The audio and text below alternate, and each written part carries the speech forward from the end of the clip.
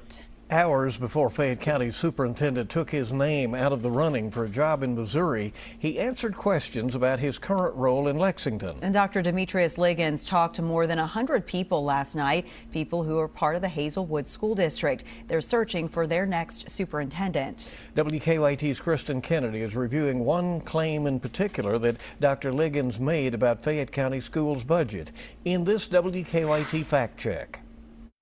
The superintendent talked about his accomplishments leading Fayette County Public Schools, highlights like student test scores and filling all the district's open positions. When asked about the financial processes he would use to manage the district's budget, he made a reference to our coverage of his current district's financial fallout. We've actually passed a balanced budget and are operating within a balanced budget, but we had to make some difficult decisions in order to make that happen. And one of the things that I ensured that did not occur is that we did not touch the classroom. We did not touch anything that would impact those folks that are working most closely with our students. And so in fact, we didn't touch the campuses at all.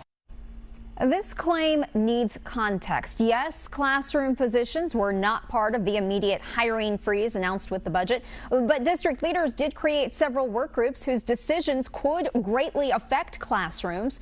The Right Size Bright Future Committee already recommended moving the George Washington Carver STEM Academy for boys into the new complex built for the Rise STEM Academy for girls.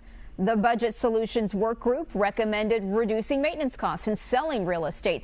These are decisions that could indirectly affect classroom resources. With this WKYT Fact Check, I'm Kristen Kennedy. And Superintendent Liggins posted a statement to social media regarding his position as FCPS superintendent, saying, quote, "I'm not going anywhere. I will outwork, outlast anything sent my way. If that bothers anyone, get comfortable because the success is not slowing down," end quote.